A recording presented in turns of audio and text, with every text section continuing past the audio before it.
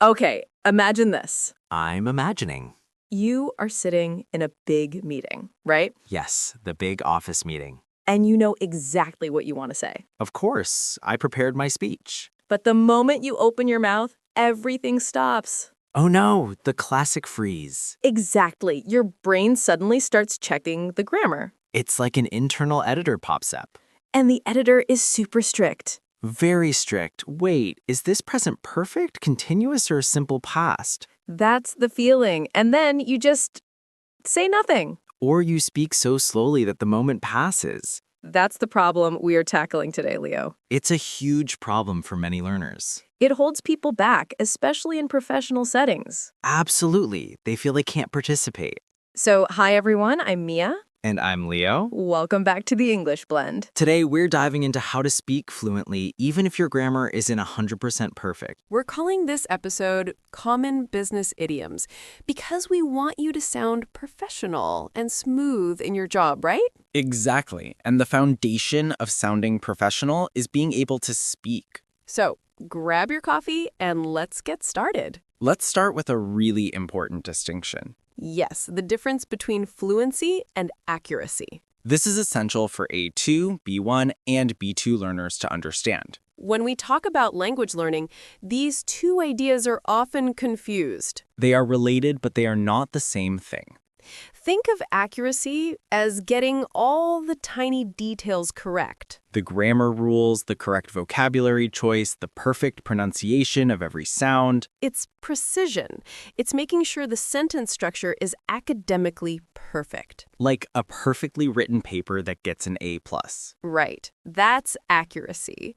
It's important, yes. But then there is fluency. Fluency is about communication. Fluency is about the flow, the speed, the ability to keep talking without huge pauses. It means you can get your message across efficiently.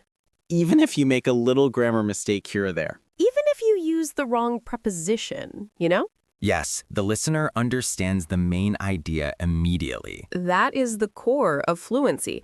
Communication over perfection. That is the core of fluency, communication, not perfection. So if you say, I go to library yesterday, everyone still knows you mean, I went to the library yesterday. Exactly. The meaning is conveyed, the communication happened. The goal, especially in business or work environments, is to be understood. Not to win a grammar prize, right? No grammar prizes in the boardroom, unfortunately. So where do people usually get stuck? They get stuck because they prioritize accuracy too much. We call this the grammar block. Oh, the grammar block is terrible. It's like a mental roadblock. It happens when you start speaking and suddenly you are checking your own work live. You become your own toughest critic. It's that internal editor we mentioned before. It forces you to pause, backtrack, correct yourself. And those pauses kill your fluency. They make the conversation feel unnatural and hesitant. The listener might even think you don't know the answer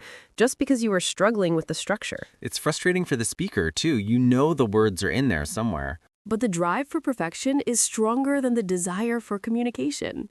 We learn grammar rules in school, which is good. Very good. We need the rules as a framework. But when we transition to speaking, we have to switch gears. You have to move from the study brain to the speak brain. In speaking, speed is king. Flow is essential. If you stop to conjugate every single verb perfectly, you lose the moment. You might even forget the actual point you wanted to make. That's why grammar can actually block fluency. It's not that grammar is bad, but trying to implement every single rule in real-time conversation is impossible. It slows you down to a crawl. Think about your native language, Mia. Do you stop and check every preposition? Never. I just speak. It comes out naturally. That natural flow is what we aim for in English, too.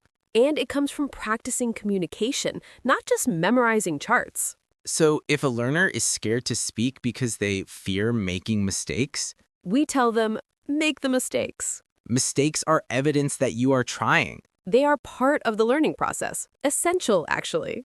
If you wait until your grammar is perfect, you will never speak. You will be waiting a very, very long time, probably forever. Because even native speakers make mistakes, right?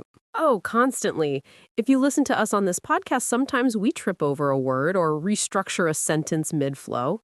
That's natural spoken English. It's messy sometimes. And that's fine. It's still communication. So the first step is forgiving yourself for imperfections. Absolutely. Embrace the imperfection. Okay, let's move on to a quick story or cultural note about this idea. This happened to a friend of mine, Leo. We'll call her Anna. Anna, the professional English learner. Anna was working for a big international tech company. Very high-stakes communication. Yes, she was highly technical and very good at writing reports. Her accuracy was A+. Perfect reports, perfect emails. But during weekly video calls with the U.S. team, she struggled. Why was that? She felt intimidated because the native speakers spoke fast and used lots of quick, chunky phrases. They weren't using formal written English. Exactly. They were using natural, spoken language. And Anna kept pausing. Stopping for the grammar check. Right. She had a brilliant suggestion for restructuring the sales pipeline. A great business idea. But when she tried to explain it, she got stuck, trying to decide between we should have done this or we must do this now. She was stuck in the auxiliary verb quicksand. And because she paused for nearly 10 seconds, someone else jumped in and took the floor. Oh no, she lost her chance to contribute.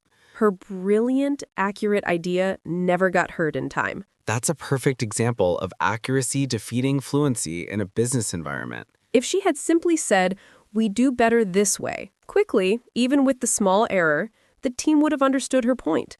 And she could have built on that initial communication. The cultural note here, especially in fast-paced international teams, is that speed and confidence often count more than perfection. They value input that keeps the momentum going. A short, somewhat grammatically flawed sentence is better than a long silence waiting for the perfect structure. That's powerful. Fluency helps you claim your space in the conversation. It really does. Now, how can our listeners move past this grammar block? We have some practical tips. These are things you can start doing today. Tip number 1, massive listening. This sounds intense, but it's actually very relaxing. It means consuming English content constantly, even when you aren't actively studying. Podcasts, YouTube videos, movies, background noise. You need to expose your brain to how English actually flows. Not just the textbook version, but the real, fast, messy version. When you listen massively, your brain starts picking up patterns naturally. You stop relying only on rules.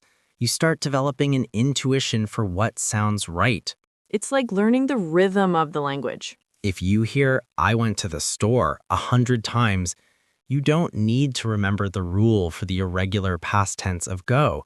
Your mouth just wants to say went. It feels correct. This is how native speakers learn too. It's pattern recognition. So put on that English podcast while you're cooking dinner. Or listen to the news headlines on your commute.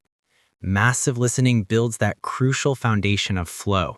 And it helps reduce the hesitation when you speak. Okay, tip number 2, learn in chunks, not just words. This is huge for fluency. Learning vocabulary one word at a time is very slow. If you learn decide, meeting, and quickly separately, when you speak, you have to connect those 3 words manually. That takes processing time. That pause is where the grammar block creeps in. But if you learn the chunk, let's decide quickly in the meeting. As one unit, Then you just fire that whole chunk out when you need it.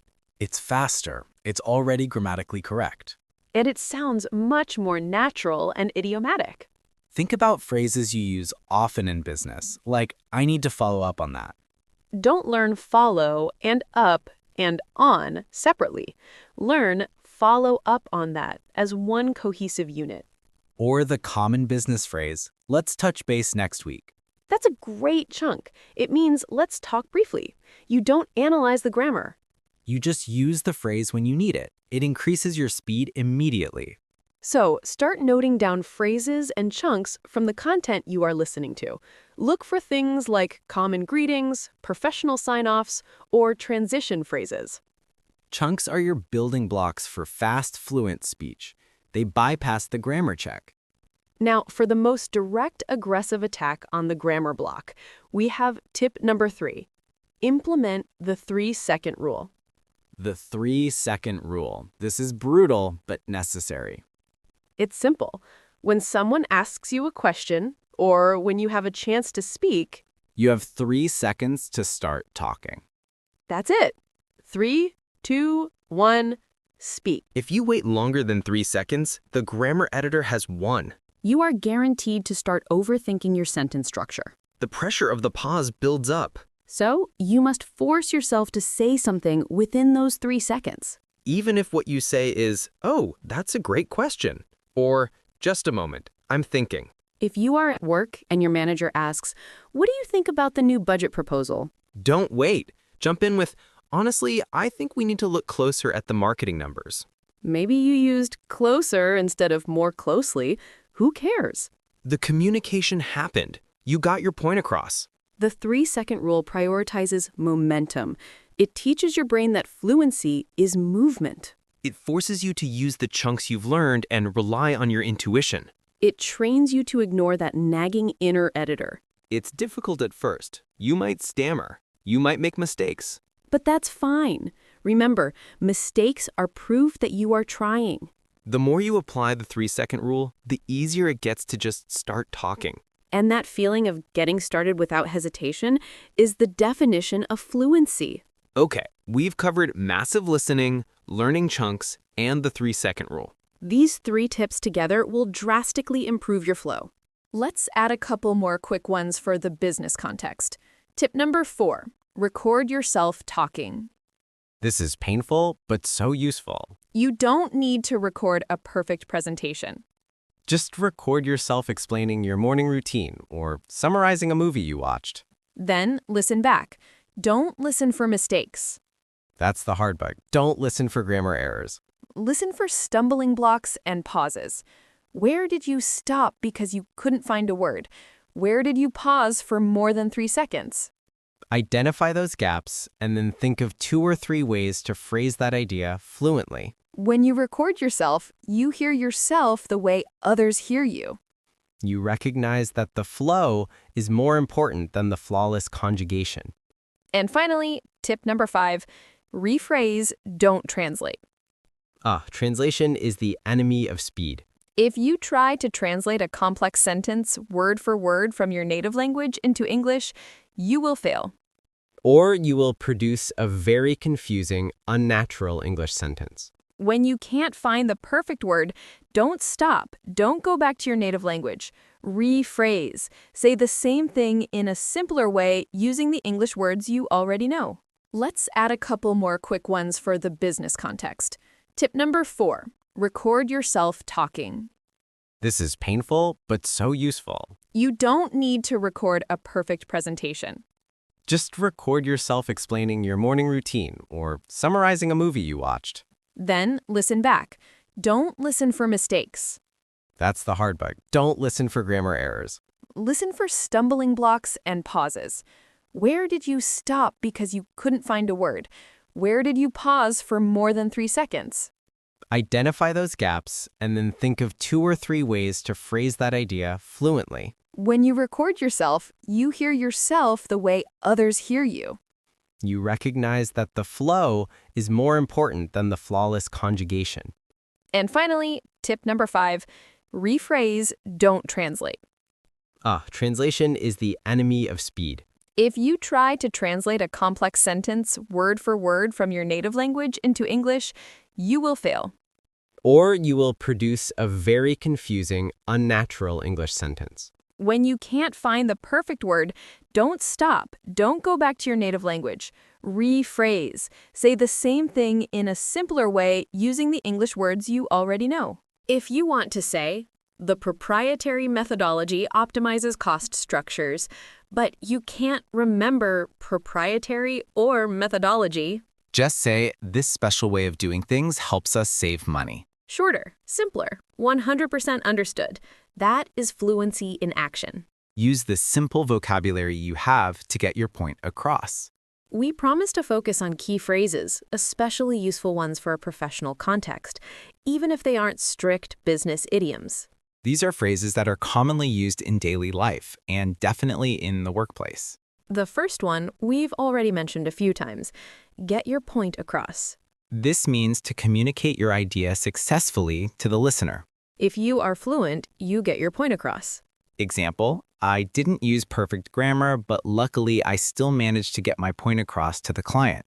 It emphasizes the outcome, successful communication. In business, this is the main metric. Did they understand the proposal? If you get your point across, it means you were effective. Our second important phrase is hit a wall. This is a great phrase for talking about frustration in your work or studies. It means you suddenly encounter a barrier or obstacle that stops your progress. Maybe you are working on a report late at night and you can't think anymore. You would say, I've been writing for 4 hours, but now I've hit a wall. Or maybe you're studying English and you just can't understand the subjunctive tense. I feel like I'm really improving, but when I try to use the conditional, I always hit a wall. It perfectly describes that feeling of being blocked. And it's very common in professional discussions. The team was moving fast, but we hit a wall with the legal review. It's natural, simple English, and everyone understands the meaning instantly. Our final phrase for today is very important for mental health and managing expectations. Not the end of the world.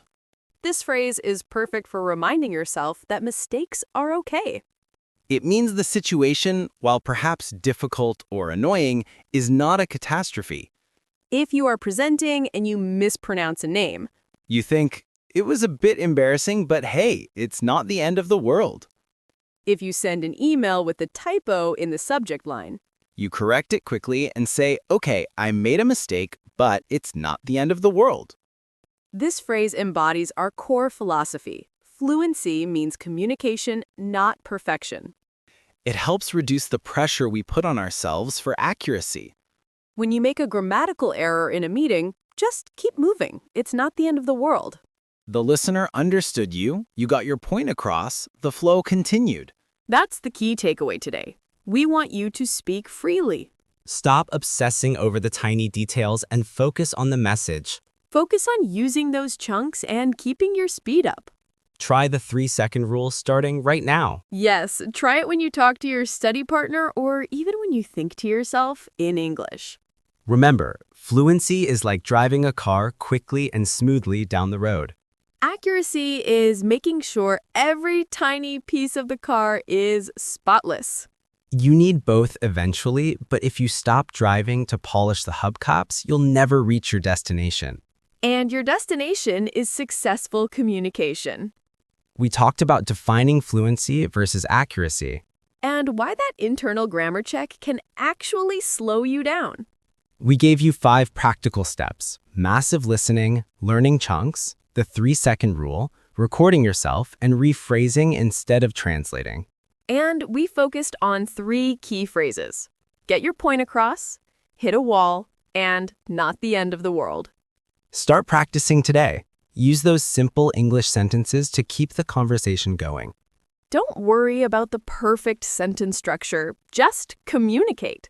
Use English every day, even just for 5 minutes. Consistency beats perfection. We hope this helped unlock your speaking confidence.